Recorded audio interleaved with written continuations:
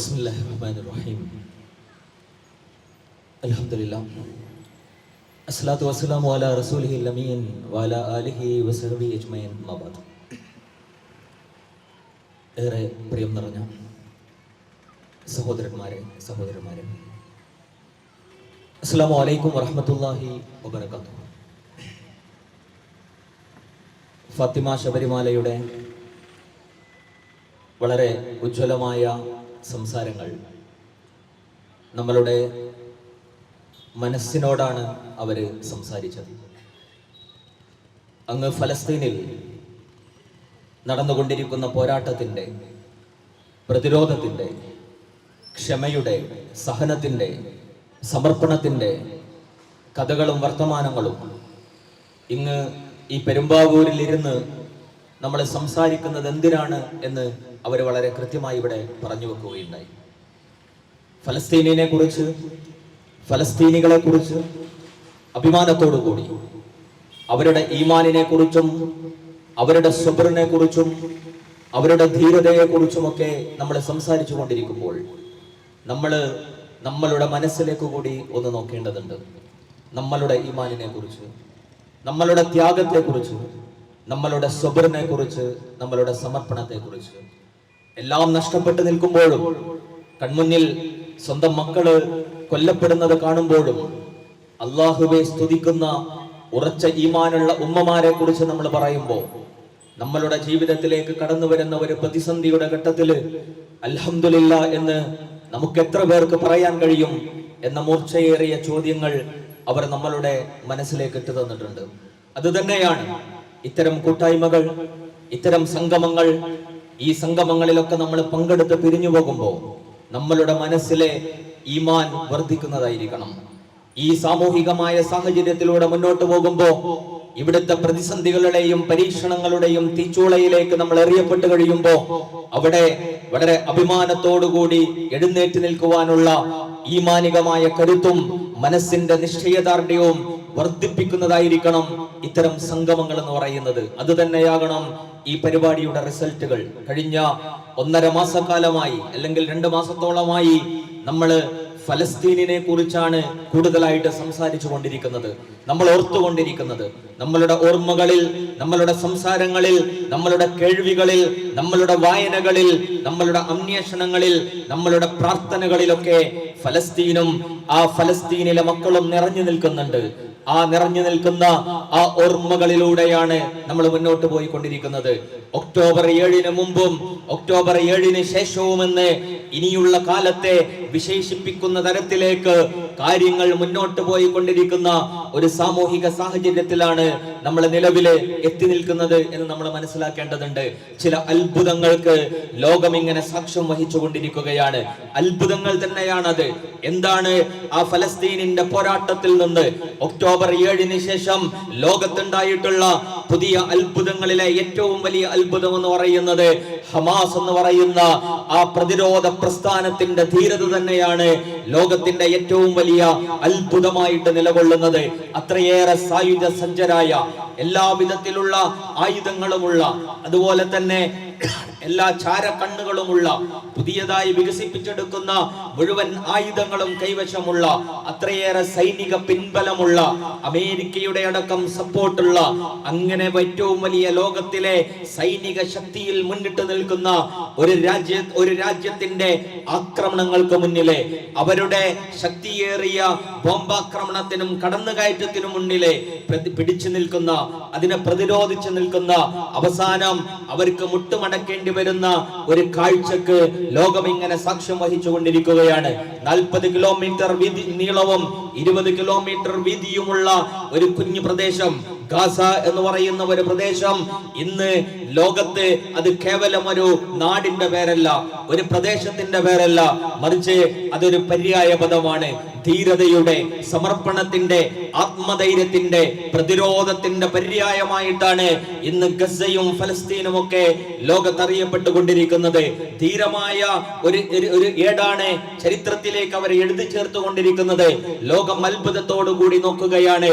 ഇത്രയേറെ സായുധ ശക്തിയുള്ള, രഹസ്യാന്വേഷണ വിഭാഗമുള്ള, ഇത്രയേറെ കഴിവുള്ള സാങ്കേതിക വിദ്യകൾ ഉപയോഗിക്കുന്ന ഒരു രാജ്യത്തിന് എന്തുകൊണ്ടാണ് ഒന്നുമില്ലാത്ത, അല്ലെങ്കിൽ കൈവശമായി അത്തരം സാങ്കേതിക വിദ്യകളൊന്നും അവകാശപ്പെടാനില്ലാത്ത ഒരു കൊച്ചു സംഘത്തെ പരാജയപ്പെടുത്താൻ, അവരുടെ സംവിധാനങ്ങളെ തകർക്കാൻ കഴിയാതെ പോയത് എന്ന് അവർ അന്തം വിട്ട് നിൽക്കുന്ന ഒരു കാഴ്ചയാണ് കാണാൻ കഴിയുന്നത്.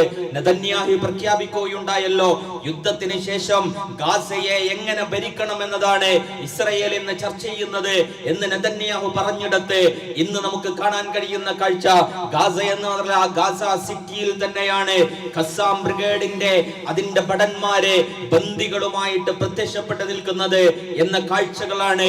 ഇത്രയേറെ ദിനങ്ങൾ പിന്നിട്ടിട്ടും ആ ഗാസ സിറ്റി പോലും കൈയടക്കാൻ ഇസ്രയേലിന് കഴിഞ്ഞിട്ടില്ല, അതിന്റെ നിയന്ത്രണം പോലും ഇസ്രയേലിന്റെ കയ്യിലില്ല എന്നതിന്റെ ഏറ്റവും വലിയ തെളിവാണ് ബന്ദി കൈമാറ്റത്തിന്റെ ആ വീഡിയോകളിലൂടെയും ചിത്രങ്ങളിലൂടെയും ലോകം ഇന്ന് കണ്ടുകൊണ്ടിരിക്കുന്നത്.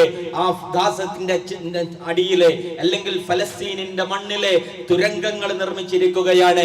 ആ തുരങ്കങ്ങളിലെ ഇത്ര ദിവസങ്ങളോളം ഇസ്രയേലിന്റെ ബന്ദികളെ പാർപ്പിച്ചിട്ടിട്ട് ഇത്രയേറെ നൂതനമായ സംവിധാനങ്ങൾ ഉണ്ടായിട്ട് അതിനെ കണ്ടെത്താൻ ഇസ്രയേലിന് കഴിഞ്ഞിട്ടില്ല.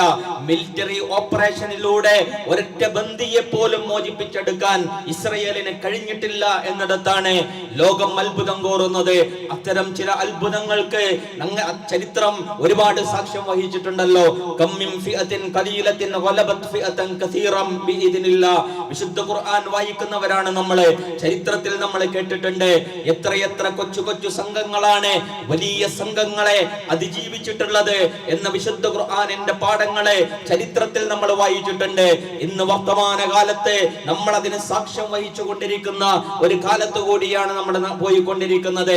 ആലോചിച്ചു നോക്കണം, ഇസ്രയേൽ എന്ന് പറയുന്ന രാജ്യം ഹമാസിന് മുന്നിൽ സന്ധിക്ക് തയ്യാറായി എന്നത് തന്നെ അവര് പരാജയപ്പെട്ടിരിക്കുന്നു എന്നതിന്റെ തെളിവാണ്. കാരണം അവര് പ്രഖ്യാപിച്ചിട്ടുള്ളത് ഞങ്ങൾ സൈനികമായ ഓപ്പറേഷനിലൂടെ ബന്ദികളെ മുഴുവൻ വിമോചിപ്പിച്ചെടുക്കും എന്ന് പറഞ്ഞുകൊണ്ടാണ്, ഗാസയെ ഞങ്ങൾ പിടിച്ചെടുക്കും എന്ന് പറഞ്ഞുകൊണ്ടാണ് അവരങ്ങോട്ട് കാലുകുത്തിയത്. പക്ഷേ അത് മാത്രമേ അവർക്ക് ഓർമ്മയുള്ളൂ. പിന്നീട് നേരത്തെ ഇവിടെ പറഞ്ഞതുപോലെ ഇസ്രയേൽ സൈനികരെ മറമാടുന്ന അവരുടെ ഖബർസ്ഥാനിലേക്ക് ഓരോ ദിവസവും ഇസ്രയേൽ ഭടന്മാരുടെ ചേതനയത്തെ ശരീരങ്ങളാണ് ചെന്നുകൊണ്ടിരുന്നത്. ഇസ്രയേലിലുള്ള ആളുകൾ തന്നെ പറഞ്ഞത് നമ്മൾ കേട്ടതാണ്, ഒരൊറ്റ ദിവസം മാത്രം 36 ഇസ്രയേൽ സൈനികര് കൊല്ലപ്പെട്ടിട്ടുണ്ട് ഗാസയിൽ എന്ന് പറയുന്നത്. അങ്ങനെയുള്ള കാഴ്ചകൾക്ക് അവിടെ സാക്ഷ്യം വഹിച്ചത് ഒരു അത്ഭുതമായിട്ട് തന്നെ നമ്മൾ നോക്കിക്കാണേണ്ടതുണ്ട്. രണ്ടാമത്തെ അത്ഭുതം എന്ന് പറയുന്നത് ആ ജനത ഈ പറയുന്ന ആക്രമങ്ങൾക്ക് മുന്നിൽ പിടിച്ചു നിന്നത് ലോകത്ത് വലിയൊരു അത്ഭുതമാണ്. നമ്മൾ ഒരുപാട് യുദ്ധങ്ങളുടെ വാർത്തകൾ കേൾക്കാറുണ്ട്, ഒരുപാട് രാജ്യങ്ങളിൽ നടക്കുന്ന അത്തരം സംഭവങ്ങൾ വീക്ഷിക്കുന്നവരാണ്. യുദ്ധം തുടങ്ങാൻ പോകുന്നു എന്ന് പറയുമ്പോഴേക്ക് ആ നാടുകളിലുള്ള ജനങ്ങളെ എല്ലാം പെറുക്കിയെടുത്ത് പലായനം ചെയ്യുന്ന കാഴ്ചകൾ പലപ്പോഴും നമ്മൾ ചിത്രങ്ങളിലും വീഡിയോകളിലും കണ്ടിട്ടുണ്ട്. യുദ്ധം തുടങ്ങുന്നതിന് മുമ്പേ നാട് വിട്ടു പോകുന്ന ആളുകളെ കുറിച്ച്. പക്ഷെ ഫലസ്തീനിൽ അങ്ങനെ ഒരു കാഴ്ച നമ്മൾ കാണുന്നില്ല. നിരന്തരമായി ഇസ്രയേൽ പറഞ്ഞുകൊണ്ടിരിക്കുകയാണ്, നിങ്ങൾ അവിടം വിട്ടു പോകണമെന്ന് നോട്ടീസ് ഇറക്കുമ്പോഴും ഞങ്ങളെ ഈ ഭൂമി വിട്ട് എവിടേക്കെങ്കിലും പോവുകയാണെങ്കിൽ അത് ആകാശ ലോകത്തേക്ക് മാത്രമായിരിക്കും എന്ന് പ്രഖ്യാപിച്ചുകൊണ്ട് അവിടെ അടിയുറച്ചു നിന്ന ഒരു ജനത ലോകത്തിന് അത്ഭുതമായി മാറിയിരിക്കുകയാണ്. മാത്രമല്ല, കൺമുന്നിൽ പ്രിയപ്പെട്ടവർ കൊല്ലപ്പെടുമ്പോ അത്രയും കാലം അധ്വാനിച്ചുണ്ടാക്കിയ വീട് ഒരു നിമിഷം കൊണ്ട് തകർന്ന് തരിപ്പണമാകുമ്പോ അവിടെ പതറിപ്പോകാതെ അള്ളാഹുവിന്റെ ഖദറിൽ വിശ്വസിച്ചുകൊണ്ട് ആ പോരാട്ട വഴിയിൽ ഉറച്ചു നിന്നുകൊണ്ട് തങ്ങളുടെ പ്രിയപ്പെട്ടവർക്ക് യാത്രാമൊഴി പറഞ്ഞുകൊണ്ട് പോരാട്ട മൈതാനിയിലേക്ക് ഇറങ്ങുന്ന അവിടുത്തെ ചെറുപ്പക്കാരുടെ, അവിടുത്തെ സ്ത്രീകളുടെയും കുട്ടികളുടെയും ചിത്രങ്ങള്, അത് നിലപാടുകള് ലോകത്ത് അത്ഭുതമായി മാറിയിരിക്കുകയാണ്. നേരത്തെ ഇവിടെ പറഞ്ഞല്ലോ, 3 വയസ്സായ കുഞ്ഞുപങ്ങളെ മരിക്കാൻ കിടക്കുന്ന സമയത്ത് കലിമ ചൊല്ലിക്കൊടുക്കുന്ന 5 വയസ്സുകാരനായ സഹോദരനെ കുറിച്ച് നമ്മൾ കേൾക്കുകയാണ്. എന്റെ പൊന്നുമോളെ മരിച്ചു കിടക്കുമ്പോ ആ മോളെ മാറോട് ചേർത്തുകൊണ്ട് അവസാനമായി ആ മോളുടെ കൂടെ ഒരു സെൽഫി എടുത്തുകൊണ്ട് സ്വർഗത്തിൽ വെച്ച് കാണാമെന്ന് പറഞ്ഞ് യാത്രയയക്കുന്ന പിതാവിന്റെ ചിത്രം നമ്മൾ കണ്ടതാണ്. പൊന്നുമോളെ ചേർത്ത് പിടിച്ചുകൊണ്ട് കണ്ണിൽ ഉമ്മ വെച്ചുകൊണ്ട് സ്വർഗത്തിലേക്ക് പറഞ്ഞയക്കുന്ന ഉപ്പമാരെ നമ്മൾ കാണുകയാണ്. മക്കള് മരിച്ചു കിടക്കുമ്പോ അൽഹംദുലില്ലാ ശുഹദാക്കളുടെ മാതൃ മാതാവാകാൻ കഴിഞ്ഞല്ലോ എന്ന് സന്തോഷത്തോടു കൂടി പറയുന്ന ഉമ്മമാരുടെ ചിത്രങ്ങൾ നമ്മൾ കണ്ടുകൊണ്ടിരിക്കുകയാണ്. ലോകം വളരെ അത്ഭുതത്തോടു കൂടിയാണ് അതിനെ നോക്കി കണ്ടുകൊണ്ടിരിക്കുന്നത്. എങ്ങനെയാണ് ഒരു മനുഷ്യൻ ഇങ്ങനെയാകാൻ കഴിയുന്നത്? എങ്ങനെയാണ് ഒരു ജനതയ്ക്ക് ഇങ്ങനെ സാധിക്കുന്നത്? അവര് പരിശോധിക്കാൻ തുടങ്ങി, അവര് പഠിക്കാൻ തുടങ്ങി. ഇന്ന് യൂറോപ്പിലെ ആളുകൾ അന്വേഷിക്കുകയാണ് ഫലസ്തീനുകാരുടെ, ഗാസയിലെ ജനങ്ങളുടെ ധീരതയുടെ കാരണം എന്താണ് എന്ന്. അങ്ങനെ അവര് കണ്ടെത്തിയിരിക്കുന്നു. അത് വിശുദ്ധ ഖുർആനാണ് അതിന്റെ പിന്നിലെ എന്ന്. എന്നിട്ട് അവർ വിശുദ്ധ ഖുർആൻ പഠിക്കാൻ തുടങ്ങി. നമ്മളെ യൂട്യൂബിൽ സെർച്ച് ചെയ്താൽ കാണാൻ കഴിയും. ഫലസ്തീനിൽ നടന്നുകൊണ്ടിരിക്കുന്ന ഈ പോരാട്ടങ്ങളുടെ ഇടയിലെ വിശുദ്ധ ഖുർആൻ പഠിക്കുന്ന ആളുകളുടെ എണ്ണം വർദ്ധിക്കുകയാണ്. ഒരു പെൺകുട്ടി പറയുന്നുണ്ട്, യൂറോപ്പിലുള്ള ഒരു പെൺകുട്ടിയാണ്, ഞാൻ വിശുദ്ധ ഖുർആൻ വായിക്കാൻ തുടങ്ങിയപ്പോഴാണ് ഫലസ്തീനുകാരുടെ നിലപാടിന്റെ പിന്നിലുള്ള ചേതോ വികാരവും പ്രചോദനവും എനിക്ക് മനസ്സിലാക്കാൻ കഴിഞ്ഞത്. ആ വിശുദ്ധ ഖുർആനിൽ ഞാൻ വായിക്കുകയുണ്ടായി. അല്ലാഹുവിനെ കുറിച്ച് അതിൽ പറയുന്ന വാചകങ്ങൾ ഞാൻ വായിക്കുകയുണ്ടായി. അല്ലാഹു അവർ ചെയ്യുന്ന കാര്യം വമല്ലാഹു ബിഗാഫിലിൻ അമ്മാ യഅമലൂൻ, ഈ അതിക്രമികാരികളായ ആളുകൾ ചെയ്തുകൊണ്ടിരിക്കുന്ന പ്രവർത്തനങ്ങളൊന്നും അതൊന്നും അല്ലാഹു കാണുന്നില്ല എന്ന് നിങ്ങൾ വിചാരിക്കേണ്ടതില്ല എന്ന വാക്കുകൾ ഞാൻ വായിച്ചപ്പോ എന്തുകൊണ്ടാണ് അവരവിടെ പിടിച്ചു നിൽക്കുന്നത് എന്നതിന്റെ ഉത്തരം എനിക്ക് ലഭിക്കുകയാണ്. ഇങ്ങനെ ഖുർആൻ വായിച്ച് ചിലരൊക്കെ ഇസ്ലാമിലേക്ക് വന്നുകൊണ്ടിരിക്കുകയാണ്. ഫലസ്തീനികൾ നിർവഹിച്ചു കൊണ്ടിരിക്കുന്നത് രണ്ട് തരത്തിലുള്ള ഷഹാദത്താണ്. ഒന്ന് ഷഹാദത്തുൽ ഹഖാണ്, മറ്റൊന്ന് അവരുടെ തന്നെ ഷഹാദത്താണ്. അതായത് അവര് പ്രതിനിധാനം ചെയ്യുന്ന ആശയത്തിന്റെ പ്രബോധനം അവരുടെ ജീവിതം കൊണ്ട് നിർവഹിക്കുകയാണ്. അവരുടെ നിലപാട് കൊണ്ട് ഞങ്ങൾ ഉയർത്തിപ്പിടിക്കുന്ന ആശയം എന്താണ് എന്ന് ലോകത്തിന് തന്നെ വെളിച്ചം നൽകുന്ന രൂപത്തില് അവരുടെ ജീവിതം കൊണ്ട് ഷഹാദത്തുൽ ഹഖ് നിർവഹിക്കുമ്പോ സ്വന്തം ജീവൻ തന്നെ ബലി കൊടുത്തുകൊണ്ട് ഷഹാദത്തെ രക്തസാക്ഷ്യം കൂടിയാണ് അവർ നിർവഹിക്കുന്നത്. രണ്ട് തരത്തിലുള്ള ഷഹാദത്തുകളും നിർവഹിച്ചുകൊണ്ട് ലോകത്തിന് മുന്നിലെ അത്ഭുതമായിട്ട് അവർ മാറിക്കൊണ്ടിരിക്കുകയാണ്. മറ്റൊരത്ഭുതം എന്നത് ബന്ദി കൈമാറ്റത്തിന്റെ കാഴ്ചകളാണ്. നമ്മൾ ആലോചിച്ചു നോക്കണം. ബന്ദികളാക്കി വെച്ചിട്ടുള്ള പലതരത്തിലുള്ള ചരിത്രങ്ങൾ നമ്മൾ വായിച്ചിട്ടുള്ളതാണ്. അങ്ങനെ ബന്ദികളാക്കി വെക്കുന്ന സമയത്ത്, അവരെ വിമോചിപ്പിക്കുന്ന സമയത്ത് ആ ബന്ദികളുടെ മാനസികാവസ്ഥകളെ കുറിച്ച് നമ്മൾ കേൾക്കാറുണ്ട്. അവരുടെ അനുഭവങ്ങൾ അവർ വിവരിക്കാറുണ്ട്. അവര് ഏറ്റിട്ടുള്ള ബന്ധനത്തിൽ അവർ കേൾക്കേണ്ടി വന്നിട്ടുള്ള പീഡനങ്ങളെ കുറിച്ച്, പ്രയാസങ്ങളെ കുറിച്ച് അവര് പലപ്പോഴും പങ്കുവെക്കുന്നതൊക്കെ നമ്മൾ വായിച്ചിട്ടുണ്ട്. പക്ഷേ ലോകം വീണ്ടും അത്ഭുതപ്പെടുകയുണ്ടായി. അവിടെ രണ്ട് സംസ്കാരങ്ങളുടെ ചിത്രങ്ങളാണ് നമുക്ക് കാണാൻ കഴിയുന്നത്. ഒരു വശത്ത് ഇസ്രായേൽ പിടിച്ചുകൊണ്ടുപോയ ഫലസ്തീനികളെ അവര് കൈമാറുന്ന രംഗമാണ്. അവരുടെ ജയിലിൽ കൊണ്ടുപോയി മാനസികമായും ശാരീരികമായും പീഡിപ്പിച്ച് അവശരാക്കിയ അവരുടെ കഴുത്തൊക്കെ ഞെക്കിപ്പിടിച്ചുകൊണ്ടാണ്, അതുപോലെ തന്നെ ഉന്തിയും തള്ളിയും ഒക്കെയാണ് അവരെ കൈമാറുന്നത്. എന്നാൽ അപ്പുറത്തൊരു ചിത്രം നമുക്ക് കാണാൻ കഴിയും. ഫലസ്തീനുകാർ പിടിച്ചുകൊണ്ടുപോയിട്ടുള്ള ഇസ്രായേലികളെയും മറ്റു രാജ്യക്കാരായ ബന്ദികളെയും കൈമാറുന്നത് എത്ര സുന്ദരമായിട്ടാണ്. അവര് യാത്രാമൊഴി പറയുകയാണ്, അവരെ ആലിംഗനം ചെയ്യുകയാണ്, അവരെ നെറ്റിയിൽ ചുംബിക്കുകയാണ്. ഒരു മാതാവ് ഹമാസിന് നന്ദി പറഞ്ഞുകൊണ്ട് കത്തയക്കുന്നുണ്ടല്ലോ, എന്റെ മകൾ നിങ്ങളുടെ കസ്റ്റഡിയിലായിരുന്നല്ലോ, പക്ഷേ നിങ്ങൾക്ക് ഞാൻ നന്ദി പറയുകയാണ്. എന്റെ മകളെ നിങ്ങളെ ഗാസയിലെ രാജ്ഞിയായിട്ടാണല്ലോ താമസിപ്പിച്ചത്, അതിനെന്റെ നന്ദി എന്ന് പറഞ്ഞിട്ട് ഇസ്രായേലിലുള്ള ഒരു മാതാവ് ഹമാസിന് കത്തെഴുതിയത് നമ്മൾ വായിച്ചതാണ്. ലോകത്ത് ഇന്ന് വരെ കണ്ടിട്ടില്ലാത്ത തരത്തിലുള്ള ചില അത്ഭുതങ്ങൾക്ക് ലോകം ഇങ്ങനെ സാക്ഷ്യം വഹിച്ചു കൊണ്ടിരിക്കുകയാണ്. വീണ്ടും വീണ്ടും ഇസ്ലാം തന്നെയാണ് ഇവിടെ ചർച്ചയായി കൊണ്ടിരിക്കുന്നത്. കാരണം അവര് പൊരുതിക്കൊണ്ടിരിക്കുന്നത് കേവലം ഒരു നാടിന്റെ ജനിച്ച മണ്ണിന് വേണ്ടിയിട്ട് എന്നത് മാത്രമല്ല, അവരുടെ ഒരു സംസ്കാരത്തിന് വേണ്ടിയിട്ട് കൂടിയാണ്, അവരുടെ വിശ്വാസത്തിന് വേണ്ടിയിട്ട് കൂടിയാണ്, അവരുടെ ദീനിന്റെ അടയാളങ്ങൾ ഷായിറുകൾ സംരക്ഷിക്കാൻ വേണ്ടിയിട്ട് കൂടിയാണ് ഞങ്ങൾ പോരാടിക്കൊണ്ടിരിക്കുന്നത് എന്ന് പറയുമ്പോ ആ വിശ്വാസത്തിന്റെ പ്രതിനിധാനം കൂടി അവര് മുന്നോട്ട് കൊണ്ടുപോകുന്ന ആശയത്തിന്റെ പ്രതിനിധാനം കൂടിയാണ് അവർ നിർവഹിച്ചു കൊണ്ടിരിക്കുന്നത് എന്ന് നമ്മൾ മനസ്സിലാക്കേണ്ടതുണ്ട്. ഇസ്രായേലിന് ഏറ്റത് വലിയ നഷ്ടങ്ങളാണ്. നേരത്തെ ഇവിടെ പരാമർശിച്ചിട്ടുള്ളല്ലോ. പ്രത്യക്ഷമായിട്ട് നമ്മൾ നോക്കുമ്പോ ഫലസ്തീനികളുടെ ഒരുപാട് കാര്യങ്ങൾ നഷ്ടപ്പെട്ടിട്ടുണ്ട് എന്നുള്ളതാണ്. പക്ഷേ ആ പ്രത്യക്ഷമായ നഷ്ടങ്ങളുടെ കണക്കിനപ്പുറമാണ് ഇസ്രായേലിന് ഏറ്റിട്ടുള്ള നഷ്ടത്തിന്റെ കണക്കുകൾ എന്ന് പറയുന്നത്. ലോകത്തിന് മുന്നിലെ ഇസ്രായേലിനെ കുറിച്ചുള്ള ഒരു ചിത്രമുണ്ടായിരുന്നു മുമ്പ് കാലത്തൊക്കെ.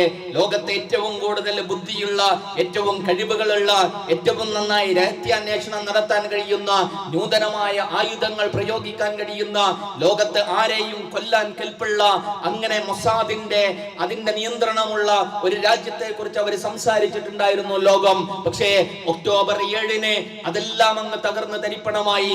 ഖാലിദ് മിഷൽ പറഞ്ഞതുപോലെ ചിലന്തി വല പോലെയായിരുന്നു ഇസ്രായേൽ എന്ന് പറയുന്നത്. ആ ചിലന്തി വല ഒന്ന് തൊട്ടപ്പോഴേക്ക് അത് തകർന്നു വീഴുകയുണ്ടായി.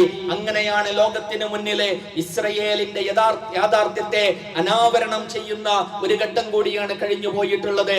അവർക്ക് ഓരോ ദിവസവും കോടിക്കണക്കിന് കാശാണ് അവര് ഇതിനു വേണ്ടിയിട്ട് ചെലവഴിച്ചു കൊണ്ടിരിക്കുന്നത്. വലിയ സാമ്പത്തികമായ തകർച്ചയിലേക്ക് ഇസ്രായേൽ പോയിക്കൊണ്ടിരിക്കുകയാണ്. 40,000-ഓളം കമ്പനികളെ സർക്കാരിനോട് നഷ്ടപരിഹാരം ചോദിക്കുന്ന ഘട്ടങ്ങൾ അവിടെ എത്തിയിട്ടുണ്ട്. അതുപോലെ തന്നെ ഇസ്രായേലിലേക്ക് വന്നുകൊണ്ടിരുന്ന യാത്രക്കാരിലെ 80% കുറവ് സംഭവിച്ചതായിട്ട് അവിടെ കണക്കുകൾ രേഖപ്പെടുത്തുകയാണ്. അവിടെ തന്നെയുള്ള ആളുകള് ഗവൺമെന്റിനെതിരെ, സർക്കാരിനെതിരെ തിരിഞ്ഞിരിക്കുന്ന കാഴ്ചയാണ് നമ്മൾ കാണുന്നത്. അതേസമയം നമ്മൾ ഫലസ്തീനിലേക്കൊന്ന് നോക്കുക. അത്രയേറെ നഷ്ടങ്ങൾ ഉണ്ടായ, അത്രയേറെ കെട്ടിടങ്ങൾ തകർന്നുപോയ, അത്രയേറെ മനുഷ്യർ മരിച്ചു വീണിട്ടുള്ള ആ ഒരു സമയത്തും അവരാരും ഇതിന്റെ കാരണക്കാര് ഹമാസ് ആണെന്ന് പറയുന്ന ഒരു വർത്തമാനവും നമ്മൾ അവരിൽ നിന്ന് കേൾക്കുന്നില്ലല്ലോ. ഒരു പ്രതിഷേധവും, ഹമാസിനെതിരെ ഒരു പ്രതിഷേധവും അവിടെ നമ്മൾ കാണുന്നില്ല. അവരുടെ ഒരാളുടെ വാക്കിൽ പോലും ആ സങ്കടമോ അല്ലെങ്കിൽ ഞങ്ങളെ ചെയ്തത് തെറ്റായി പോയി എന്ന വാക്കുകളോ പറയുന്നില്ല. മറിച്ച് ആത്മവിശ്വാസമുള്ള അവരെല്ലാം ഒരുപോലെ ചേർന്ന് നിൽക്കുന്ന കാഴ്ചയാണ് നമുക്ക് കാണാൻ കഴിയുന്നത്. ഹമാസിന്റെ ലീഡറായ ഇസ്മയിൽ ഹനിയ, അദ്ദേഹത്തിന്റെ ചെറുമകളും ഈ ആക്രമണത്തിൽ കൊല്ലപ്പെടുകയുണ്ടായി. അദ്ദേഹത്തോട് ഒരാൾ ചോദിക്കുന്നുണ്ട്, നിങ്ങളുടെ ചെറുമക്കളെ കൊല്ലപ്പെട്ടല്ലോ എന്ന് ചോദിക്കുന്നുണ്ട്, എന്താണ് നിങ്ങൾക്ക് തോന്നുന്നത് എന്ന് ചോദിക്കുമ്പോ ഇസ്മയിൽ ഹനിയ പറയുന്ന ഒരു മറുപടിയുണ്ട്, എന്റെ ഫലസ്തീനിലുള്ള എല്ലാ മക്കളും എന്റെ മക്കളാണ്. ഇതാണ് അവരുടെ നേതാക്കളുടെ പ്രത്യേകത എന്ന് പറയുന്നത്. എല്ലാവരെയും ചേർത്ത് പിടിക്കുന്ന അങ്ങനെയുള്ള വലിയൊരു ഐക്യം അവർക്കിടയിൽ രൂപപ്പെട്ടത് തന്നെയാണ് ഈ പറയുന്ന പോരാട്ടത്തിന് വലിയ സഹായമായിട്ടുള്ളത്. വിശുദ്ധ ഖുർആൻ എന്ന് പറയുന്നുണ്ടല്ലോ, നിങ്ങൾ എപ്പോഴാണോ ഐക്യപ്പെട്ട് നിൽക്കുന്നത് അപ്പോഴേ അള്ളാഹുവിന്റെ കാരുണ്യം ഉണ്ടാവുകയുള്ളൂ.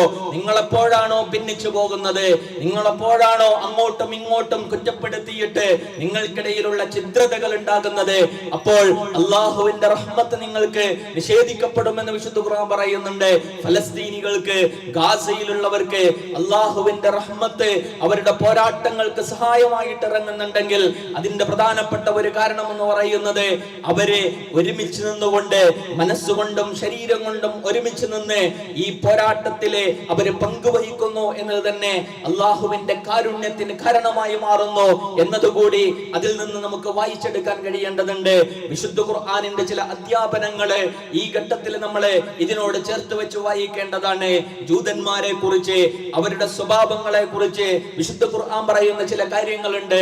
അത് ഇതിനോട് ചേർത്ത് വെച്ചാൽ നമുക്കത് വായിക്കാൻ കഴിയും. ഖുർആൻ പറയുന്നുണ്ട്, അവര് ജീവിതത്തോട്, ഭൗതിക ജീവിതത്തോട് അത്രയും ആർത്തിയുള്ള ഒരു സമൂഹമാണ് അവര്. മരണത്തോട് ഭയമുള്ള ആളുകളാണ് അവര്. വലചദിജന്നഹും അഹ്റസന്നാസി അലാ ഹയാത്തിൻ വമിനല്ലദീന അശ്റകൂ യവദ്ദു അഹദുഹും ലൗ യുഅമ്മറു അൽഫസന. വിശുദ്ധ ഖുർആൻ അവരെ കുറിച്ച് പറയുകയാണ്, ജീവിതത്തോട് അത്രയും ആർത്തിയുള്ള ഒരു സമുദായമാണ് അവര്, ഒരു വിഭാഗമാണ് അവര്. ഒരാൾക്ക് 1000 വർഷം ആയുസ് നൽകുമെന്ന് തീരുമാനിച്ചാലേ അത് ആഗ്രഹിച്ചു പോകുന്നവരാണ് അവര് എന്ന് പറയുന്നുണ്ട്. അതായത് ജീവിതത്തോട് കൊതിയുള്ളവരാണ്. ജീവിതത്തോട് അത്രയത്രം കൊതിയുള്ളവർക്ക് മരണത്തോട് ഭയമായിരിക്കും. ആ മരണത്തിന്റെ ഭയമാണ് അവരിൽ നമുക്ക് കാണാൻ കഴിയുന്നത്. അവർക്ക് എപ്പോഴും ഇപ്പോൾ സൈറനിന് കീഴിൽ മാത്രമാണ് അവർ ജീവിക്കുന്നത്. അവരുടെ ഉറക്കം നഷ്ടപ്പെട്ട നാളുകളാണ് അവരെ നടന്നുകൊണ്ടിരിക്കുന്നത്. പലതും പറഞ്ഞുകൊണ്ട് പല രാജ്യങ്ങളിൽ നിന്ന് മോഹനമായ വാഗ്ദാനങ്ങൾ നൽകിയിട്ടാണ് ജൂതന്മാരായ ആളുകളെ ഇങ്ങനെ ഈ സയനിസ്റ്റ് അജണ്ട നടപ്പാക്കാൻ വേണ്ടിയിട്ട് ഇസ്രയേലിലേക്ക് കൊണ്ടുവന്നവർ കുടിയിരുത്തിയിട്ടുള്ളത്. ഫലസ്തീനികളെ അടിച്ചോടിച്ച് അവരുടെ വീടുകളും അവരുടെ സ്ഥലങ്ങളും കണ്ടുകെട്ടി അവിടെ ഇസ്രയേലിന്റെ സെറ്റിൽമെന്റുകൾ ഉണ്ടാക്കിയിട്ട് പണവും ജോലിയും ഒക്കെ വാഗ്ദാനം ചെയ്തിട്ട് അവിടെ കുടിയേറിയിട്ട് അവർ നിങ്ങൾക്കിതാ ഞങ്ങൾ എല്ലാ സുരക്ഷയും നൽകി നൽകിയിരിക്കുകയാണ്. ഒരു മിസൈലും നിങ്ങൾക്ക് മേൽ പതിക്കുകയില്ല. നിങ്ങൾക്ക് മേൽ വിരിഞ്ഞു നിൽക്കുന്ന അയൺ ഡോമിന്റെ സംരക്ഷണത്തിലെ നിങ്ങൾ സുരക്ഷിതരായിരിക്കും എന്ന് വാക്ക് കൊടുത്തിട്ടാണ് അവിടെ കൊണ്ടുവന്ന് കുടിയേറി പാർപ്പിച്ചത്. പക്ഷേ ഇന്ന് ആ വാഗ്ദാനം അവർക്ക് കൊടുക്കാൻ കഴിയുന്നില്ല. ഓരോ സമയത്തും എവിടെ നിന്നും മിസൈൽ വന്ന് വീഴാം എന്ന് പറയുന്ന ഒരു പ്രതീതിയിൽ അവർ ജീവിക്കുകയാണ്. മരണത്തെ അത്രമേൽ ഭയക്കുന്ന ഒരു കൂട്ടർക്ക് ആ ഭീതിയിൽ ജീവിക്കാൻ കഴിയില്ല. അവര് തിരിച്ചുപോക്ക് തുടങ്ങിയിട്ടുണ്ട്. ഏത് നാട്ടിൽ നിന്നാണോ, ഏത് രാജ്യത്ത് നിന്നാണോ ഇസ്രയേലിന്റെ സയനിസ്റ്റ് അജണ്ടയുടെ മോഹന വാഗ്ദാനങ്ങളിൽ വീണുകൊണ്ട് ഇസ്രയേലിലേക്ക് കുടിയേറിയത്, അവരിപ്പോൾ ഒരു റിവേഴ്സ് മൈഗ്രേഷന്റെ ഘട്ടത്തിലാണ്. സ്വന്തം നാട്ടിലേക്ക് തിരിച്ചു പോയിക്കൊണ്ടിരിക്കുകയാണ്. ഇസ്രയേലിന് ഇനി കാര്യങ്ങൾ അങ്ങനെ എളുപ്പമാവുകയില്ല. അതാണ് ഒക്ടോബർ 7-ന് ശേഷം ഇനി പഴയതുപോലെ ആകില്ല എന്നതാണ് ചരിത്രം നമ്മളോട് പറഞ്ഞുകൊണ്ടിരിക്കുന്നത്. ഖുർആൻ പറയുന്ന മറ്റൊരു പ്രധാനപ്പെട്ട കാര്യമുണ്ട്. വിശുദ്ധ ഖുർആൻ അവരെ കുറിച്ച് പറയുന്നുണ്ട്, ലാ യുഖാതിലൂനകും ജമീഅൻ ഇല്ലാ ഫീ ഖുറൻ മുഹസ്സനൻ ഔ മിൻ വറാഇ ജുദർ. അവർ നിങ്ങളോട് യുദ്ധം ചെയ്യുകയാണെങ്കിൽ തന്നെയും അവർ വളരെ സുരക്ഷിതമായ ചില കോട്ടകളിൽ ഇരുന്നു കൊണ്ട് നിങ്ങൾക്കെതിരെ അവർ യുദ്ധം ചെയ്യുകയുള്ളൂ.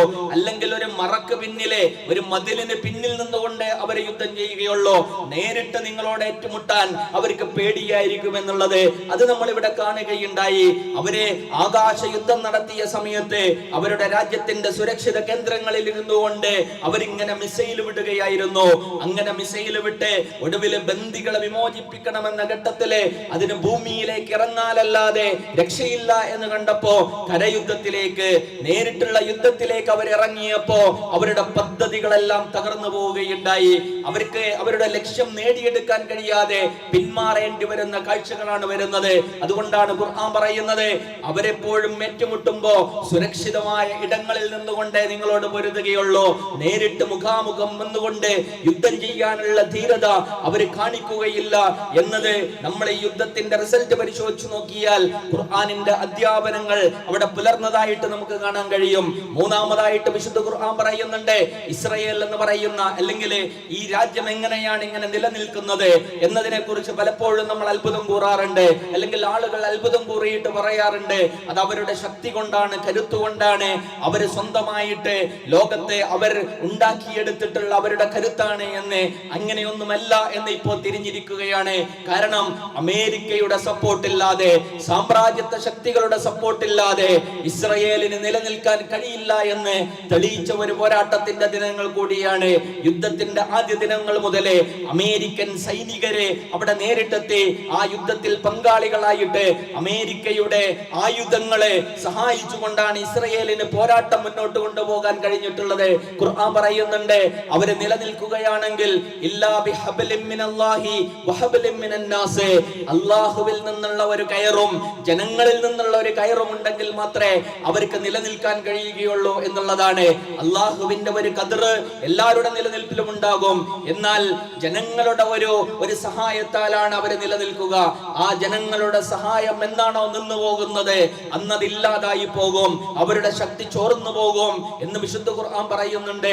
ഇന്ന് ലോകത്ത് ശ്രദ്ധിച്ചു നോക്കിയാൽ നമുക്ക് കാണാൻ കഴിയും, ഈ അധികാരവും ആധിപത്യവുമുള്ള രാജ്യങ്ങളെ ആ അധികാരികൾ നൽകുന്ന പിന്തുണ ഇസ്രയേലിനുണ്ട്. മുമ്പ് അധികാരികളുടെ പിന്തുണ മാത്രമായിരുന്നില്ല, ലോകത്തുള്ള ഒരുപാട് മനുഷ്യരുടെ, ലോകത്തുള്ള ഒരുപാട് രാജ്യങ്ങളിലെ ജനങ്ങളും ഇസ്രയേലിനെ പിന്തുണച്ചിട്ടുണ്ടായിരുന്നു. അതിന്റെ കാരണം ഹോളോകോസ്റ്റിലെ ജൂതന്മാരെ ഒരുപാട് ആളുകൾ ഹിറ്റ്ലറിന്റെ കൈകളാൽ, നാസി ഭീകരതയാൽ, അതിന്റെ എല്ലാ ഭീകരതയാലും ധാരാളക്കണക്കിന് ജൂതന്മാർ ലോകത്ത് കൊല്ലപ്പെട്ടിട്ടുണ്ട്. ലോകത്ത് ഒരുപാട് പീഡനങ്ങൾ അവർ കേൾക്കേണ്ടി വന്നിട്ടുണ്ട്. അതുകൊണ്ട് ജൂതന്മാരുടെ കൂടെ നിൽക്കുന്ന ഒരു മാനസികാവസ്ഥ പൊതുവിലെ ലോകത്തുള്ള ഒരുപാട് ആളുകളുടെ മനസ്സിലുണ്ടായിരുന്നു. പക്ഷെ ഇന്നത് തകർന്നു പോയിട്ടുണ്ട്. എത്രയേറെ ഹിറ്റ്ലർ ജൂതന്മാരോട് കാണിച്ച ക്രൂരതകൾ ഉണ്ടല്ലോ, ആ ക്രൂരതകളെക്കാളും ഭയാനകമായ ക്രൂരതകളാണ് ഫലസ്തീനികളോട് അവർ യുദ്ധത്തിൽ കാണിച്ചിട്ടുള്ളത്. ഇൻക്യുബേറ്ററിൽ കിടക്കുന്ന പിഞ്ചു കുഞ്ഞുങ്ങളെ പോലും വെടിവെച്ചു കൊല്ലുന്ന, അവരെ കൊല്ലുന്ന അത്തരം നടപടികളുമായിട്ട് ഇസ്രയേൽ മുന്നോട്ട് പോയപ്പോ ലോകത്ത് മനസ്സാക്ഷിയുള്ള മനുഷ്യന്മാരെ ഫലസ്തീനോടൊപ്പം നിൽക്കാൻ തുടങ്ങി. അമേരിക്കയുടെയും അതുപോലെ തന്നെ ലണ്ടനിലെയും അങ്ങനെ തുടങ്ങി ലോകത്തുള്ള വലിയ വലിയ രാജ്യങ്ങളുടെ പട്ടണങ്ങളിലെ ഫലസ്തീനിന് പിന്തുണയർപ്പിച്ചുകൊണ്ട് ലക്ഷക്കണക്കിന് ജനങ്ങളാണ് ഒത്തുകൂടിയിട്ടുള്ളത്. ഇപ്പോഴും ആ ഒത്തുകൂടലുകൾ നടന്നുകൊണ്ടിരിക്കുകയാണ്. അധികാരികൾ അവരുടെ നയങ്ങൾ ചില ചിലപ്പോൾ തിരുത്തേണ്ടി വരുന്ന രൂപത്തിലേക്ക് സമ്മർദ്ദങ്ങൾ രൂപപ്പെട്ടുകൊണ്ടിരിക്കുകയാണ്. ഇങ്ങനെ അന്താരാഷ്ട്ര തലത്തിൽ നടന്നുകൊണ്ടിരിക്കുന്ന ഈ വലിയ സമ്മർദ്ദങ്ങളെ, ഇസ്രയേലിനെതിരായി വരുന്ന ഈ സമ്മർദ്ദങ്ങളെ, ആ സമ്മർദ്ദങ്ങളെ മുഖവിലക്കടക്കാൻ അധികാരികൾ നിർബന്ധിതമാകുന്ന ഒരു സാഹചര്യത്തിലേക്ക് കാര്യങ്ങൾ എത്തിപ്പെട്ടാൽ പിന്നെ ഇസ്രയേലിന് നിലനിൽക്കാൻ കഴിയില്ല.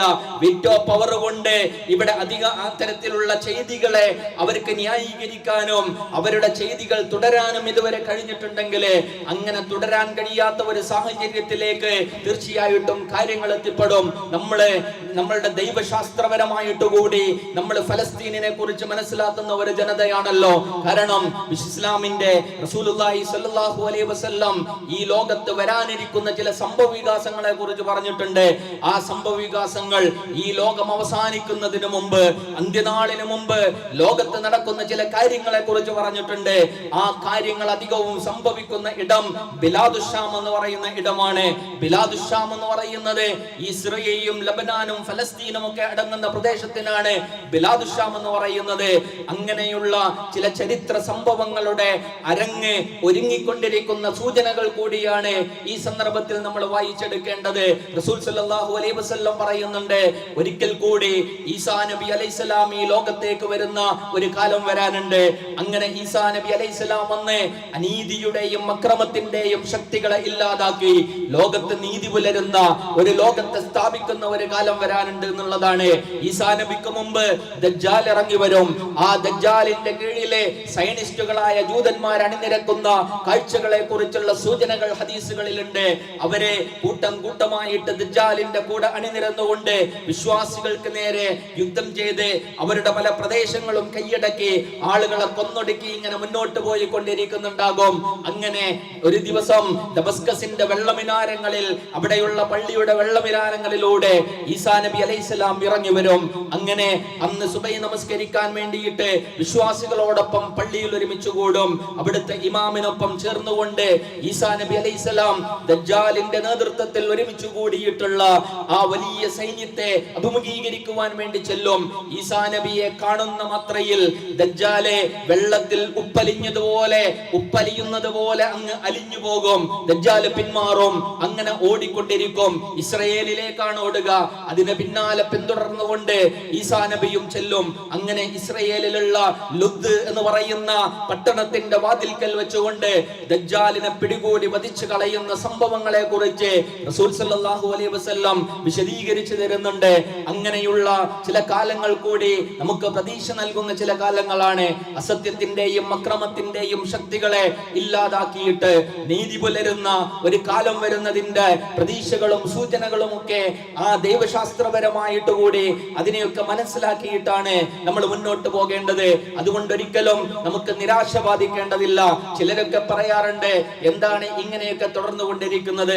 നമ്മൾ എത്ര പ്രാർത്ഥിക്കുന്നുണ്ട്, നമ്മൾ എത്ര കുനൂത്തുകൾ ഓതുന്നുണ്ട്, നമ്മൾ എത്ര കൈകൾ ഉയർത്തി പ്രാർത്ഥിക്കുന്നുണ്ട്, ലോകത്ത് എത്ര മനുഷ്യര് പ്രാർത്ഥിക്കുന്നു, എന്നിട്ടെന്തേ ഇപ്പോഴും അതിക്രമികളായ ആളുകളുടെ കാര്യങ്ങൾ മാത്രം നടക്കുന്നു എന്നൊക്കെ ചിലരെ വേവലാതിപ്പെടാറുണ്ട്.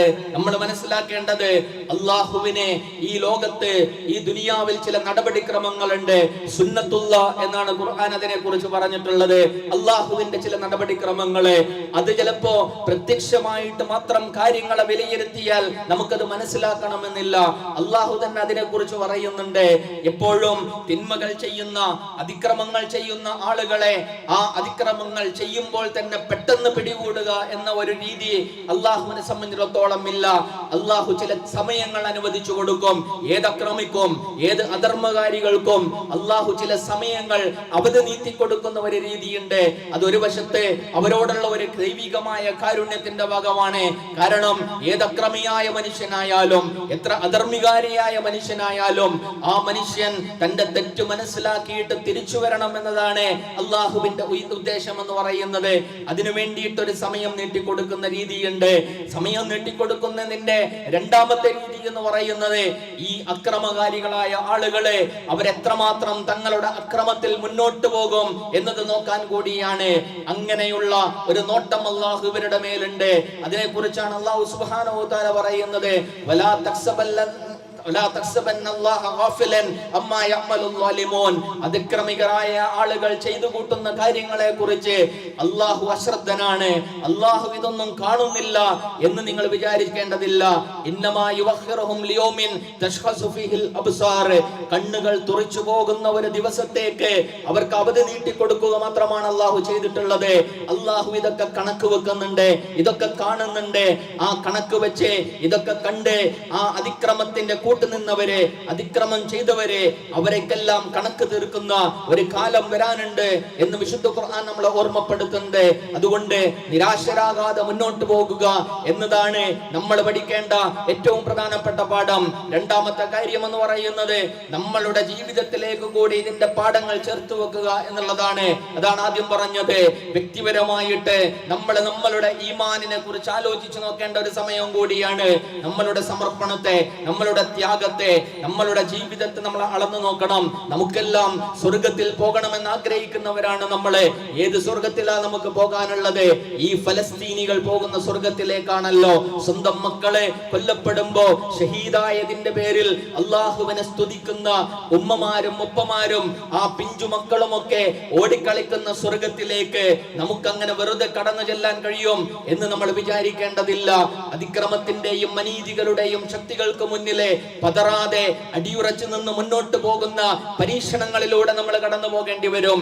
ആ പരീക്ഷണത്തിന്റെ ഘട്ടത്തില് അടിയുറച്ചു നിൽക്കാനുള്ള ഈമാനുണ്ടോ എന്ന് നമ്മൾ പരിശോധിക്കേണ്ടതുണ്ട്. നമ്മൾ ജീവിക്കുന്ന ഇന്ത്യ രാജ്യത്തിന്റെ വർത്തമാനകാല സംഭവ വികാസങ്ങളെ കുറിച്ച് കേട്ടുകൊണ്ടിരിക്കുന്നവരാണ് നമ്മള്. ഇവിടുത്തെ ഭരണകൂടം ഇവിടുത്തെ ചില സമുദായങ്ങളെ ലക്ഷ്യം വെച്ചുകൊണ്ട്, ന്യൂനപക്ഷങ്ങളെ ലക്ഷ്യം വെച്ചുകൊണ്ട്, പ്രത്യേകിച്ച് മുസ്ലിം സമൂഹത്തെ ലക്ഷ്യം വെച്ചുകൊണ്ട് നടപ്പാക്കുന്ന നിയമങ്ങളെ, നടപ്പാക്കുന്ന രീതികളെ, ഭരണകൂടത്തിന്റെ അടിച്ചമർത്തലുകളെ, അതിലെ ജയിലിൽ കിടക്കുന്ന നിരപരാധികളായ ആളുകളെ, ജീവൻ നഷ്ടമായി കൊണ്ടിരിക്കുന്ന സഹോദരങ്ങളെ, സ്വന്തം വീടുകളെ ബുൾഡോസ് ചെയ്യപ്പെട്ടുകൊണ്ടിരിക്കുന്ന സഹോദരങ്ങളെ വാർത്തകൾ നമ്മൾ വായിച്ചു കൊണ്ടിരിക്കുകയാണ്. അത് ഏതോ പ്രദേശത്ത് ഏതോ ദേശത്ത് നടക്കുന്ന കാര്യങ്ങൾ എന്ന നിലക്ക് മാത്രം നമ്മൾ വിലയിരുത്തേണ്ടതില്ല. പരീക്ഷണങ്ങളുടെ നാളുകൾ നമ്മളെയും തേടി വന്നേക്കാം. അങ്ങനെ നമ്മളെ പരീക്ഷണങ്ങൾ തേടി വരുന്ന നാളിൽ എന്റെ നിലപാട് എന്തായിരിക്കും എന്നത് നമ്മളെ തന്നെ വിലയിരുത്തേണ്ട ഒരു സന്ദർഭം കൂടിയാണ് കടന്നുപോയി കൊണ്ടിരിക്കുന്നത്. ഏത് ഘട്ടത്തിലായാലും അന്തസ്സോടുകൂടി എഴുന്നേറ്റ് നിൽക്കും എന്ന തീരുമാനങ്ങൾ എടുക്കാൻ നമുക്ക് കഴിയേണ്ടതുണ്ട്. ലോകം ഇന്ന് ഹമാസിനെ കുറിച്ച് ചർച്ച ചെയ്തുകൊണ്ടിരിക്കുകയാണല്ലോ. ഈ ഹമാസ് എന്ന് പറയുന്ന പോരാട്ട പ്രസ്ഥാനം രൂപം കൊള്ളുന്ന സാഹചര്യത്തെ കുറിച്ച് നമ്മൾ പഠിച്ചു നോക്കിയിട്ടുണ്ടാൽ നമുക്ക് കാണാൻ കഴിയും. അവിടെ അവർക്ക് ചില നേതാക്കന്മാരുണ്ടായിരുന്നു. ആ നേതാക്കന്മാർ കടന്നുപോയ ചില പരീക്ഷണങ്ങളുടെ ഘട്ടങ്ങൾ ഉണ്ടായിരുന്നു. ആ പരീക്ഷണങ്ങളുടെ ഘട്ടത്തില് അവരെങ്ങനെയാണ് ആ പരീക്ഷണങ്ങളെ നേരിട്ടത് എന്ന് പഠിച്ചുകൊണ്ടാണ് അവിടുത്തെ പുതിയ തലമുറ ആ പോരാട്ട വഴിയിൽ എഴുന്നേറ്റ് നിന്നിട്ടുള്ളത്. ഷഹീദ് അഹമ്മദ് യാസീനെ കുറിച്ച്, ഹമാസിനെ കുറിച്ച് പഠിക്കുമ്പോ ഷഹീദ് അഹമ്മദ് യാസീനെ കുറിച്ച് പഠിക്കാതെ പോകരുത്, നമ്മൾ വായിക്കാതെ പോകരുത്. ആരായിരുന്നു അഹമ്മദ് യാസീൻ എന്ന് പറയുന്നത്? 2004 മാർച്ച് 22 ഗസയിൽ ഒരാളും ചിലപ്പോൾ ഉറങ്ങിയിട്ടുണ്ടാവുകയില്ല. സങ്കടവും ആവേശവും ഒക്കെ ഒരുമിച്ച് നിന്ന ഒരു പ്രത്യേകമായ വൈകാരിക അന്തരീക്ഷം അവിടെ അന്ന് നിലനിന്നിരുന്നു. കാരണം അന്ന് സുബഹിക്ക് ശേഷം മസ്ജിദ് മുജമ്മഇന്റെ മുറ്റത്ത് ചെതറിച്ചെറിച്ചത് ശരീരമനക്കാൻ കഴിയാത്ത ഏതോ ഒരു വയോധികന്റെ ജീവൻ മാത്രമായിരുന്നില്ല, മറിച്ച് എല്ലാം നഷ്ടപ്പെട്ട ഒരു ജനതയുടെ പോരാട്ടങ്ങൾക്ക് നിറം പകർന്ന ഒരു നേതാവായിരുന്നു അഹമ്മദ് യാസീൻ എന്ന് പറയുന്നത്. വലിയ വലിയ ശക്തികൾക്ക് മുമ്പിൽ, ലോകരാജ്യങ്ങൾക്ക് മുമ്പിൽ മുട്ടുവിറക്കാതെ പോരാടാനുള്ള പ്രചോദനം നൽകിയ ഒരു നേതാവായിരുന്നു അന്ന് അവർക്ക് ഷഹീദായത്. അഹമ്മദ് ഷഹീദിന്റെ ജീവിതം എന്ന് പറയുന്നത് ത്യാഗങ്ങൾ നിറഞ്ഞ ഒരു ജീവിതമായിരുന്നു. ഓർമ്മകൾ ഉറച്ചു തുടങ്ങും മുമ്പേ പിതാവ് നഷ്ടപ്പെട്ട ബാല്യകാലം, പഠനം, പ്രാഥമികമായ പഠനം പൂർത്തിയാക്കുന്നതിന് മുമ്പേ സ്വന്തം വീട്ടിൽ നിന്നും കുടിയിറക്കപ്പെട്ട് അഭയാർത്ഥി ക്യാമ്പിൽ കഴിയേണ്ടി വന്ന ഒരു കൗമാരകാലം അദ്ദേഹത്തിന് ഉണ്ടായിരുന്നു. അങ്ങനെ ഒരു കിലോമീറ്റർ ചതുരശ്ര ചുറ്റളവിലെ 20,000-ഓളം അഭയാർത്ഥികൾ താമസിക്കുന്ന ഒരു ക്യാമ്പിൽ ഞെരിഞ്ഞ് ജീവിക്കേണ്ടി വന്ന ഒരു കാലം അദ്ദേഹത്തിന് ഉണ്ടായിരുന്നു. പഠനം മുന്നോട്ട് പോകാൻ കഴിയാതെ ചെറുപ്പത്തിൽ തന്നെ ജോലിയെടുത്ത് കുടുംബം പോറ്റേണ്ടി വന്ന ഒരു കാലം അദ്ദേഹത്തിന് ഉണ്ടായിരുന്നു. അതിനിടയിലും പഠനം അദ്ദേഹം പൂർത്തിയാക്കി. പക്ഷേ വിധി കാത്തുവെച്ചത് മറ്റൊരു കാര്യമായിരുന്നു. 16-ാം വയസ്സിലെ അദ്ദേഹത്തിന്റെ കൂട്ടുകാരുമായിട്ട് കളിച്ചുകൊണ്ടിരിക്കുന്നതിനിടയിലെ ഒരു പരിക്ക് പറ്റുകയാണ്. ആ പരിക്ക് അദ്ദേഹത്തിന്റെ ശരീരത്തെ തളർത്തി അമർത്തിക്കളഞ്ഞു. പിന്നീട് എഴുന്നേറ്റ് നിൽക്കാൻ കഴിയാത്ത വിധത്തിലെ അരക്ക് താലെ തളർന്നുപോയി അഹമ്മദ് യാസീനിനെ. അങ്ങനെ വീൽ ചെയറിലായി പോയി ജീവിതം. പക്ഷേ അങ്ങനെ വീൽ ചെയറിലായി പോയ ജീവിതത്തിലെ നിരാശനായി മുന്നോട്ട് പോകാൻ അദ്ദേഹം തീരുമാനിച്ചില്ല. പഠനവുമായി മുന്നോട്ട് പോയി. പഠനം പൂർത്തീകരിച്ചു. അധ്യാപകനായി ജോലി നോക്കി. അങ്ങനെ അധ്യാപകനായി ജോലി നോക്കുന്ന സമയത്താണ് ഫലസ്തീൻ മണ്ണുകളെ ഇസ്രയേൽ ഇങ്ങനെ കൈയടക്കിക്കൊണ്ടിരിക്കുന്ന കാഴ്ചകൾ കണ്ടുകൊണ്ടിരുന്നത്. അറബ് യുദ്ധത്തിൽ, അറബ് ഇസ്രയേൽ യുദ്ധത്തിലെ 967 കയ്യിലുണ്ടായിരുന്ന ഭൂമി കൂടി ഇസ്രയേൽ പിടിച്ചെടുത്ത ഒരു ഘട്ടത്തിലെ അഹമ്മദ് യാസീനിന്റെ ഉള്ളിലെ പോരാളി ജനിക്കുകയായിരുന്നു. അദ്ദേഹം ഫലസ്തീനികളെ ഒരുമിച്ച് കൂട്ടാൻ തുടങ്ങി. മസ്ജിദുൽ അബ്ബാസിയയിൽ അദ്ദേഹം നടത്തിയ പ്രഭാഷണങ്ങളിലൂടെ ജനങ്ങളെ ആവേശഭരിതരാക്കി. അദ്ദേഹം അവർക്ക് മുന്നിൽ വെച്ച ഏക കാര്യമെന്ന് പറയുന്നത് പോരാട്ടത്തിലൂടെ അല്ലാതെ ഫലസ്തീനിന്റെ വിമോചനം സാധ്യമല്ല എന്നുള്ളതായിരുന്നു. അദ്ദേഹം ഒരിക്കൽ പറയുകയുണ്ടായി, അന്ന് അറബ് യുദ്ധം നടക്കുന്ന സമയത്ത് അന്ന് അറബ് നാടുകളിൽ നിന്ന് വന്ന സൈന്യം ഞങ്ങളുടെ കയ്യിലുള്ള ആയുധങ്ങളെല്ലാം വാങ്ങിവെക്കുകയുണ്ടായി. ഞങ്ങൾ ഇപ്പോൾ മനസ്സിലാക്കുന്നു, അന്ന് ആ ആയുധങ്ങൾ ഞങ്ങളുടെ കയ്യിലുണ്ടായിരുന്നെങ്കിൽ ചരിത്രം ഇങ്ങനെയാകുമായിരുന്നില്ല എന്ന്. അങ്ങനെ പോരാട്ടത്തിനെ ആളുകളെ പ്രചോദിപ്പിച്ചുകൊണ്ടേയിരുന്നു. ആ സമയത്താണ് അവിടെ ഉണ്ടായിരുന്ന പല പോരാട്ട പ്രസ്ഥാനങ്ങളും അവരുടെ പോരാട്ടങ്ങൾ ഉപേക്ഷിച്ചു തുടങ്ങിയ ഒരു ഘട്ടമായിരുന്നു. അവിടെ മുതൽ അദ്ദേഹം പുതിയൊരു പ്രസ്ഥാനത്തെ കുറിച്ച് ആലോചിച്ചു തുടങ്ങി. അങ്ങനെയാണ് 987 ഹമാസ് ഹറക്കത്തുൽ മുഖാവമത്തുൽ ഇസ്ലാമിക് റെസിസ്റ്റൻസ് മൂവ്മെന്റ് എന്ന് പറയുന്ന ഹമാസ് എന്ന് പറയുന്ന സംഘടന രൂപീകരിക്കപ്പെടുന്നത്. പിന്നീട് നമ്മൾ കേൾക്കുന്നത് ഇന്തിഫാദയുടെ ചരിത്രമാണ്. ഇന്തിഫാദ എന്നാൽ ഉയർത്തെഴുന്നേൽപ്പ് എന്നുള്ളതാണ്. ഹമാസിന്റെ രൂപീകരണത്തിന് ശേഷം ഇസ്രയേലിനെതിരെ വമ്പിച്ച ആക്രമണങ്ങളെ പല രൂപത്തിലെ ഫലസ്തീനിൽ നിന്നുണ്ടാവുകയുണ്ടായി. ആ ആക്രമണങ്ങളിൽ പലപ്പോഴും ഇസ്രയേൽ പലപ്പോഴും പതറിപ്പോവുകയുണ്ടായി. ഇസ്രയേലിന്റെ ഏത് തെരുവിലും ഏത് സമയത്തും ഫലസ്തീനിന്റെ ആക്രമണങ്ങൾ ഉണ്ടായേക്കാം എന്ന പ്രതീതികൾ ഉണ്ടാകാൻ തുടങ്ങി. അതിനെ ഇല്ലാതാക്കാൻ ശ്രമം നടത്തി ഇസ്രയേൽ 4 ഭാഗത്തു നിന്നും ഫലസ്തീനിനെ ഉപരോധിക്കുകയുണ്ടായി. ഗാസയെ ഉപരോധിക്കുകയുണ്ടായി. ആ ഗാസയിലേക്ക് ഒരു സഹായവും എത്താത്ത രൂപത്തിലെ എല്ലാ അതിർത്തികളും അവർ അടച്ചു കളഞ്ഞു. പക്ഷേ ഹമാസിന്റെ പോരാളികളെ ആ ജനത ഭൂമിക്കടിയിലൂടെ വഴികളുണ്ടാക്കി തുരങ്കങ്ങൾ നിർമ്മിച്ചു. ആ തുരങ്കങ്ങളിലൂടെ അവർക്കാവശ്യമുള്ള എല്ലാവിധത്തിലുള്ള സജ്ജീകരണങ്ങളും ഒരുക്കിക്കൊണ്ടിരുന്നു. ആ തുരങ്കങ്ങളെ തടയാൻ വേണ്ടിയിട്ട് ഭൂമിക്കടിയിലേക്ക് ഉരുക്കുമതിൽ പണിയേണ്ടി വന്നു ഇസ്രയേലിന്. പക്ഷേ ആ ഉരുക്കുമതിലുകളെയും മറികടന്നുകൊണ്ടാണ് ഹമാസിന്റെ തുരങ്കങ്ങൾ മുന്നോട്ട് പോയത് എന്നതിന്റെ തെളിവാണ് നമ്മൾ ഇന്ന് കണ്ടുകൊണ്ടിരിക്കുന്നത്. കാരണം ഇസ്രയേലിനെ എത്ര ശ്രമിച്ചിട്ടും ഹമാസിന്റെ തുരങ്കങ്ങൾ കണ്ടെത്താൻ കഴിയുന്നില്ല. അതിലേക്ക് പ്രവേശിക്കാൻ കഴിയുന്നില്ല. അവിടെ ഒരുക്കി വെച്ചിട്ടുള്ള സംവിധാനങ്ങളും സജ്ജീകരണങ്ങളും നശിപ്പിക്കാൻ കഴിയാത്ത രൂപത്തിലെ അവര് ഭൂമിക്കടിയിലെ മറ്റൊരു ലോകം തന്നെ പണിതു വെക്കുകയുണ്ടായി.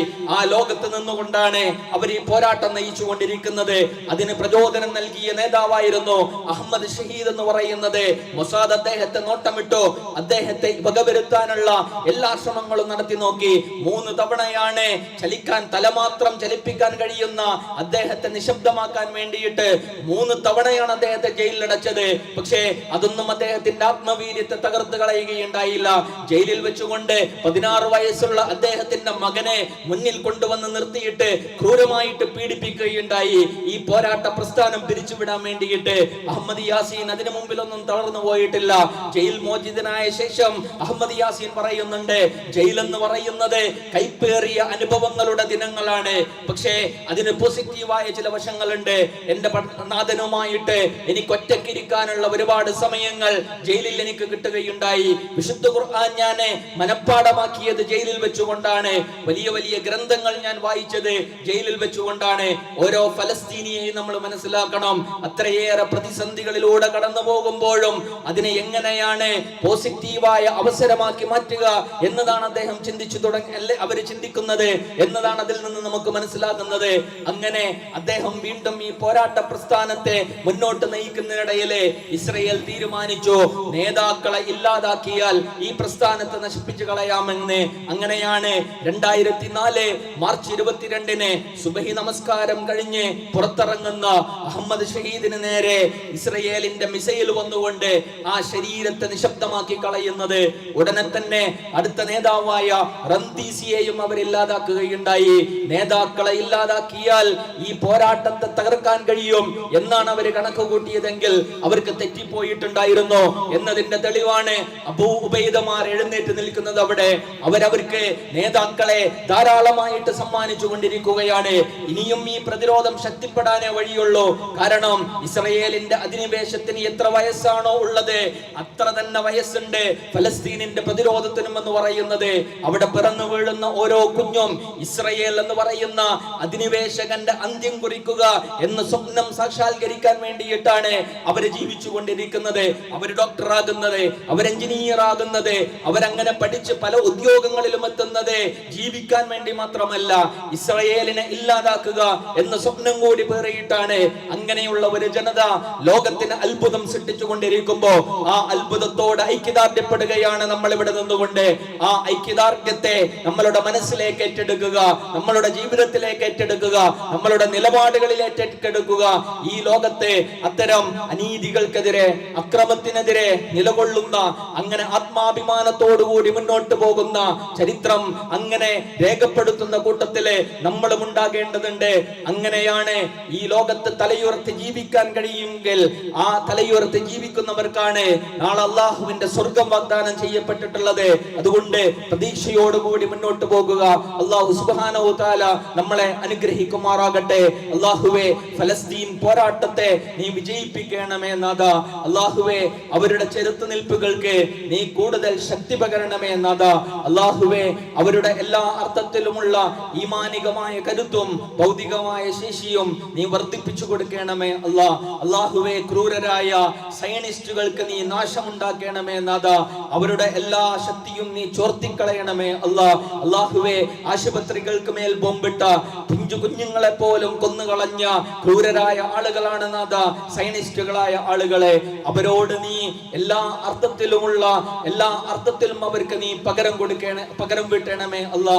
അള്ളാഹുവേ, അവരുടെ ശക്തി നീ ചോർത്തിക്കളയണമേ അല്ലാ. അവർക്ക് വമ്പിച്ച നാശമുണ്ടാക്കണമേ അല്ലാ. അള്ളാഹുവേ, അവിടെ മരണപ്പെട്ടുകൊണ്ടിരിക്കുന്ന ആളുകളെ നീ ശുഹദാക്കളായി സ്വീകരിക്കണമേ അല്ലാ. പരിക്കേറ്റ ആളുകൾക്ക് നീ ശിഫ നൽകി അനുഗ്രഹിക്കണമേ അല്ലാ. എല്ലാം നഷ്ടപ്പെട്ടിട്ടുള്ള ആളുകൾക്ക് നീ ധാരാളമായി പകരം നൽകണമേ അല്ലാ. അള്ളാഹുവേ, അവരെ കൊല്ലപ്പെട്ട മക്കൾക്ക് പകരമായി ധാരാളം മക്കളെ നൽകി അവരെ നീ അനുഗ്രഹിക്കണമേ നാഥാ. അള്ളാഹുവേ, മസ്ജിദുൽ അഖ്സയെ നീ വിമോചിപ്പിക്കണമേ നാഥാ. അള്ളാഹുവേ, ഉമർ ഇബ്നുൽ ഖത്താബ് റളിയല്ലാഹു അൻഹുവിലൂടെ, സലാഹുദ്ദീൻ അയ്യൂബിയിലൂടെ വീണ്ടെടുക്കപ്പെട്ട മസ്ജിദുൽ അഖ്സയെ നീ വീണ്ടും സ്വതന്ത്രമാക്കണമേ അല്ലാ. അള്ളാഹുവേ, ആ മസ്ജിദിൽ സന്ദർശിക്കുവാനും സുജൂദ് ചെയ്യുവാനുള്ള ഭാഗ്യം നൽകി ഞങ്ങളെ നീ തുണയ്ക്കണമേ നാഥാ. അള്ളാഹുവേ, എല്ലാ അർത്ഥത്തിലും ഇസ്രയേലിനെ സപ്പോർട്ട് ചെയ്തുകൊണ്ടിരിക്കുന്ന രാജ്യങ്ങളുണ്ട് നാഥാ. അവരെ നീ തകർക്കണമേ അല്ലാ. അവരുടെ ശക്തിയെ നീ ചോർത്തിക്കളയണമേ അല്ലാ. ഫലസ്തീനൊപ്പം നിലകൊള്ളുന്ന ആളുകൾക്ക് നീ കൂടുതൽ കരുത്ത് നൽകണമേ അല്ലാ. അള്ളാഹുവേ, പോരാട്ടങ്ങൾക്ക്, അത്തരം നീതിക്ക് വേണ്ടിയിട്ടുള്ള പോരാട്ടങ്ങൾക്കൊപ്പം ചേർന്ന് നിന്നോ മുന്നോട്ട് പോകാൻ നീ തൗഫീക്ക് നൽകണമേ അല്ലാ. അള്ളാഹുവേ, ഞങ്ങളുടെ ജീവിതത്തിലെ ഫലസ്തീനികൾ പ്രകടിപ്പിക്കുന്ന ഈമാനും സമർപ്പണവുമെല്ലാം ഞങ്ങളുടെ ജീവിതത്തിലും നൽകി നീ അനുഗ്രഹിക്കണമേ അല്ലാ. പരീക്ഷണങ്ങളുടെ സമയം വരുമ്പോ അതിൽ പിടിച്ചു നിൽക്കാനുള്ള കരുത്ത് നൽകി ഞങ്ങളെ നീ സഹായിക്കണമേ അല്ലാ.